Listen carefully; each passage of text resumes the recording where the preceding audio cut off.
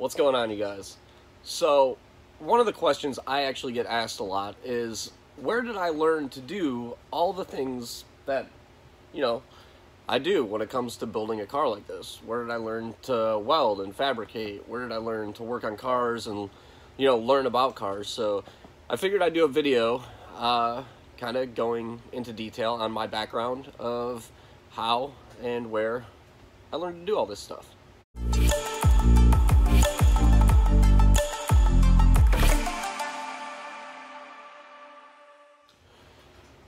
So for me, learning to work on cars was more of a necessity when I first got into it. When I was 16, 17 years old, I had a 92 Toyota Supra, and it was a fun car. I wasn't a massively huge car guy back then, but I loved the car. I loved driving it, and eventually it needed some work done.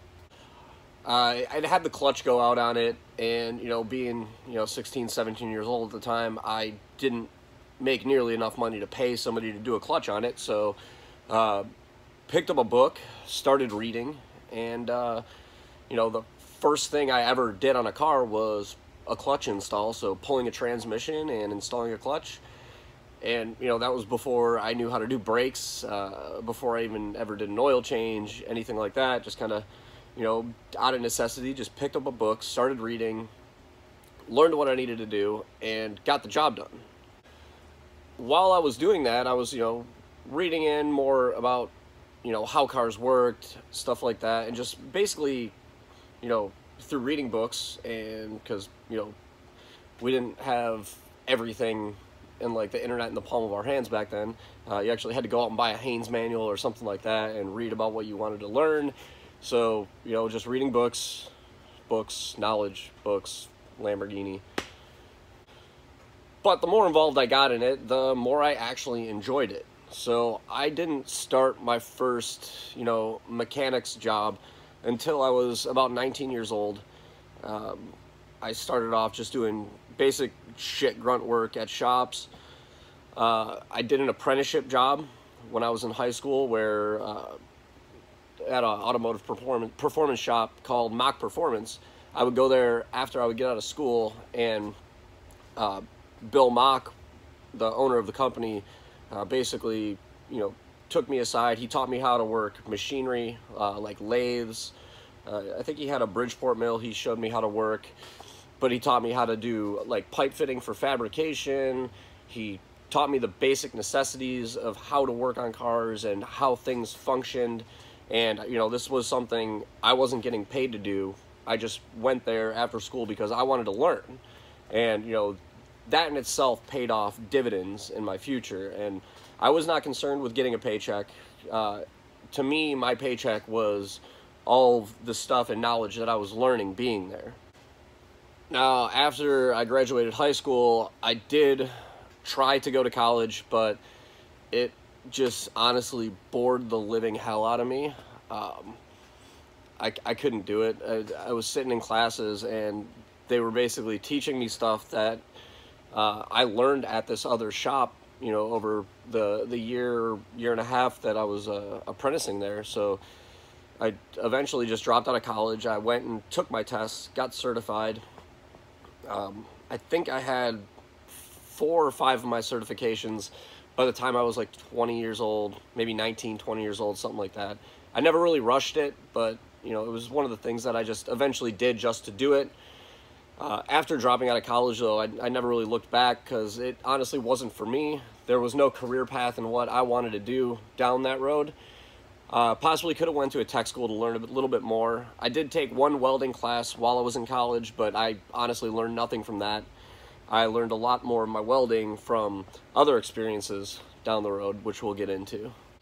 Now, the first job I ever held that I was actually like the main tech at the shop was in 2009, 10-ish, somewhere around there. I had a job at a place called 313 Motoring, which was basically a glorified audio installation place down in Detroit. Super shady, really shitty place. I was making like $8-9 an hour back then doing that stuff. the main tech that we had at that shop while I was doing audio installation, like audio video installation, speakers, TVs, shit like that, the main tech that was working there eventually just packed his shit up and quit. And me being a certified mechanic was basically thrown into the mechanic's position there to do all the work. Now that job didn't last very long, because when he threw me into that mechanic's position, he did not want to pay me to be a mechanic. He kept me at the $8 or $9 an hour I was making, and to be, you know, basically the only technician and mechanic at a shop, I needed to get paid more, and he was not willing to do that. Eventually, he gave me an ultimatum of provide my certifications to him, which I refused to do because he was not paying me to be a mechanic, or he was going to cut my hours in half, which he tried to do, and then I immediately just quit that job because I was not going to let somebody walk over me like that. Now, granted, while I was there, I did learn some stuff. There was a fabricator there, James, who taught me kind of the basics of getting into doing some fabrication. Nothing crazy, but even doing like Lambo doors on cars and shit like that, it's, you know, you think about it, it's kind of dumb putting Lambo doors on cars, but there's actually a lot that goes into that, and he taught me how to do stuff like that, which you can actually apply that knowledge to other things in the future for welding, fitting, like just grinding stuff down properly, cleaning, prep work, stuff like that. So I did learn a little bit of fabrication while I was there, but honestly, it wasn't much, and it was really a shitty place to go. After I left that place, I dabbled in a couple other things here and there. I worked at a shop building cop cars for a while. Worked at a car dealership doing basic maintenance, tech shit, which sucked. I don't think I could ever go back to working at a car dealership, to be honest. I could not stand doing that. But eventually, getting fired from the car dealership because that place made me so miserable that I had a really shitty attitude. I eventually got fired from there, which was probably one of the best things that ever happened to me. So after I left there, I went to a company where I was working just like on a line, wheeling out parts and stuff like that. But while I was doing that job, I was also working at a place called Speed Industries, who brought me on to start doing performance work, and that was honestly the first performance shop I ever worked at. Now, I was working at Speed Industries kind of like part-time, working 2 jobs. Wasn't making like great money or anything like that. It was actually pretty terrible money, but it was good experience, and it was good for my resume. But right around that time, I was also presented with a couple really great opportunities, and one of those opportunities was to go work pit crew with a F2000 team. So one of my best friends, Tony Ditto, he moved out to, I think it was like Miami, Florida, or Tampa, Florida back then, and he was crew chiefing for Allegra Motorsports, a team that ran F2000 cars, Daytona prototypes, stuff like that. And he offered me the opportunity to come work pit crew. So I actually did fly-in crew for that team for about 3 years on and off, just going out to events and, you know, working at the track, changing tires, prepping cars, you know, whatever we needed to do. And that in itself was a fantastic learning experience. And that's when I really started to kind of take off in my career and wanted to learn more. And Tony taught me something that I will never forget when I was working with him. And there's the old saying, and I'm going to share that with you, and it's that there's the old saying that practice makes perfect. The more you practice something, the more perfect you'll get. And that's not true. And what he told me makes 100% sense. Practice doesn't make perfect. Practice makes permanent. If you learn to do something the wrong way and continue to practice that the wrong way, you will permanently do that the wrong way. And that kind of just changed my outlook on the way I started looking at everything that I was doing. So I always wanted to try and do stuff the right way. If I didn't know how to do something, I'd ask. I'd look it up. I'd read about it. I'd find somebody that knows how to do it and talk to them. That way I could learn to do stuff the right way and practice doing it the right way. And it was just great advice that I, kept with me for, since then, and probably will for the rest of my life, that I'll apply to not just automotive, but, everything in life in general. So it's just great advice that he gave me, and it was a fantastic opportunity to work with them. Now, as for full-time jobs, after I left speed industry and the wheeling place, I was presented with an opportunity to go work for a company called Monkey Wrench Racing. And that was a fantastic opportunity to work there because the owner, Matt, not only trusted me with what I already knew, but taught me a lot. I learned how to rebuild transmissions while I was working there. Had a fantastic fabricator that was working there, Greg, and he would take his time to teach me how to TIG weld. And, I was allowed to stay after work, practice TIG welding and stuff like that. So that's kind of where I started to learn how to fabricate, was while I was working there. And, just learned a lot while I was there and really enjoyed it. Got to work on some awesome cars. Basically did a lot of 1ZZ, 2ZZ stuff. So Toyota Celica, MR2, Lotus Elise. Did V6 swaps in the Lotuses. Just built some really cool cars while we were there. Now, while I was there was also when my drifting career started kind of taking off. So I bought a Pontiac GTO, the one that was my drift car. I bought that while I was working at the car dealership, and that was just kind of my daily driver. And my buddy Tony, who I worked with doing the F2000 stuff that I spoke about, he actually bought me my first drift car.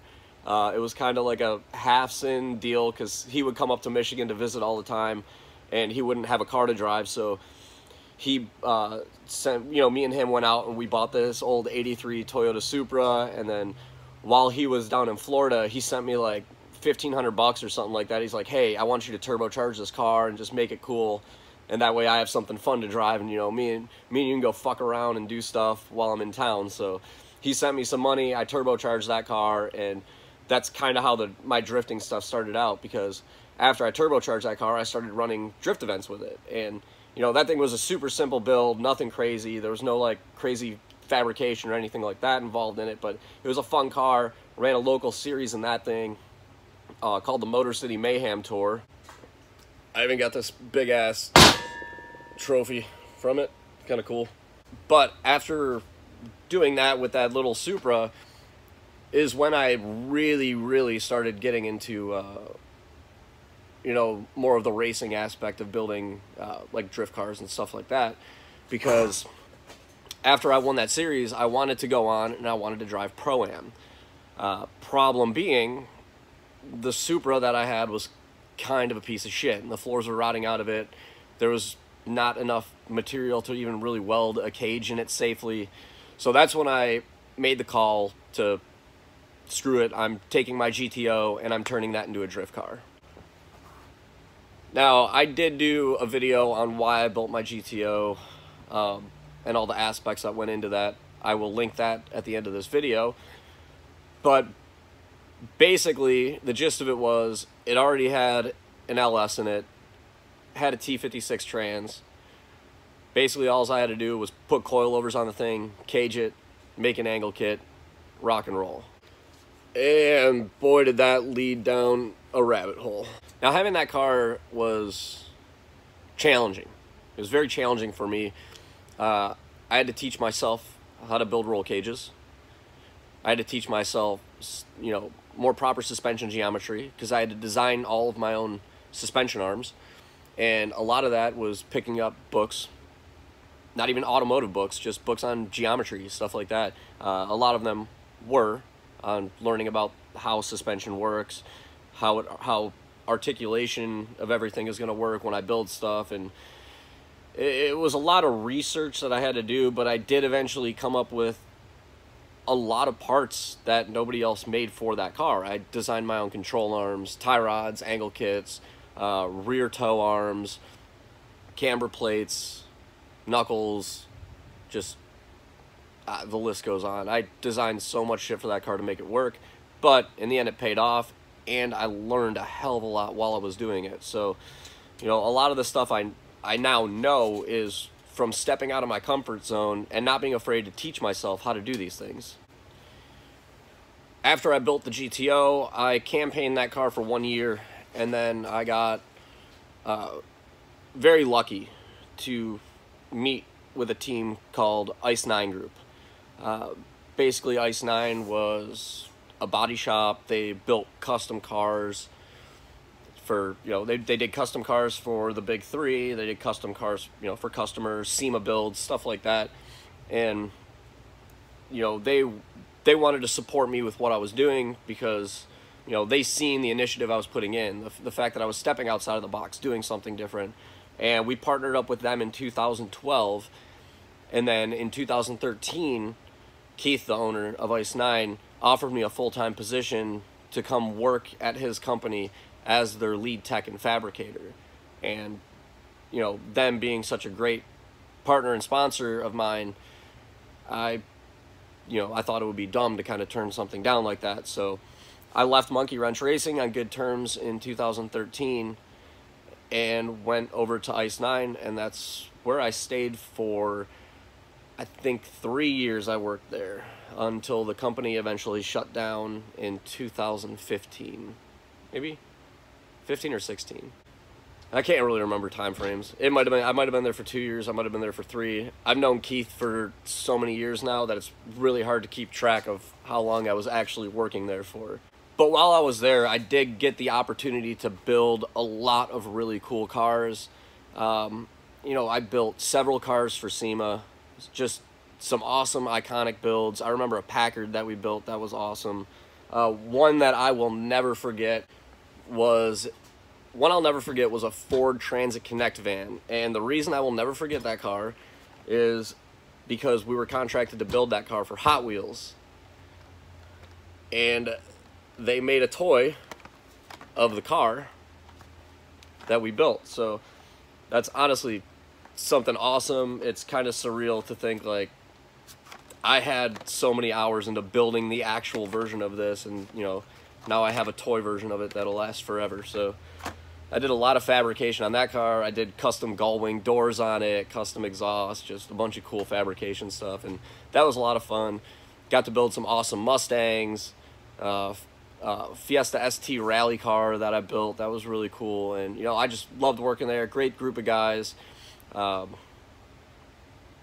Yeah, just no regrets there. That place was awesome, and when all was said and done with the company, me and Keith, the owner, are still great friends to this day. Now, after I was at Ice 9, I went to a shop called Dead Hook Motorsports, where I was not a fabricator. Corey Misko, fantastic fabricator. He was the main fabricator there. I was more of just a guy on the tech side. Would occasionally do some fabrication here and there, like building crash bars and stuff like that, but nothing super crazy, just basically doing tech work, turbo upgrades, exhaust systems, intakes, charge pipes, fuel injection systems and stuff like that. But good place to work. Russ was a really good dude, and I have no regrets from working there. Did learn some stuff while I was there. And then after that place closed down, I moved on and been where I am now for a little over a year now. So now I'm at a shop out in Brighton, Michigan called Vector Motorsports, where we primarily do newer muscle cars, so the newer Mustangs, Challengers, Chargers, Camaros, Corvettes, stuff like that, and, you know, just build some high horsepower badass shit out there. So I got a couple really good projects I'm working on right now. Some of the past projects that I've done, like LS3 Swap Nova was a pretty cool build. Did a LS Swap K5 Blazer.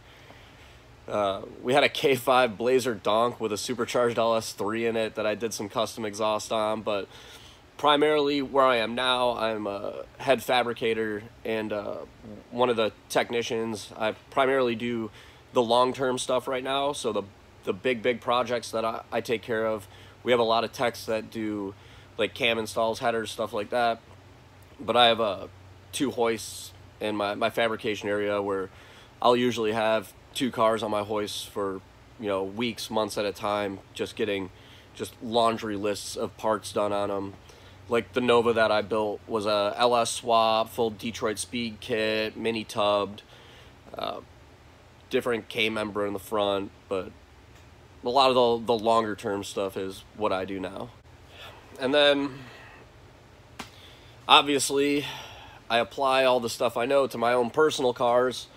If you've watched my budget super build, that was kind of more of a hack build that you do when you don't have a lot of money, and this is the kind of build you take your time with and do things the right way because they need to be done the right way. But I digress. I kind of take all the knowledge I learned from doing this stuff, apply it to my career, take things that I didn't know before that I learned in my career, and apply it to this stuff. And it's a back and forth, it's a balance, but I wouldn't know the stuff I know if I didn't do that. And, you know, if I could go back, would I do it differently? I mean, yeah, I'm sure there's a couple things I would change.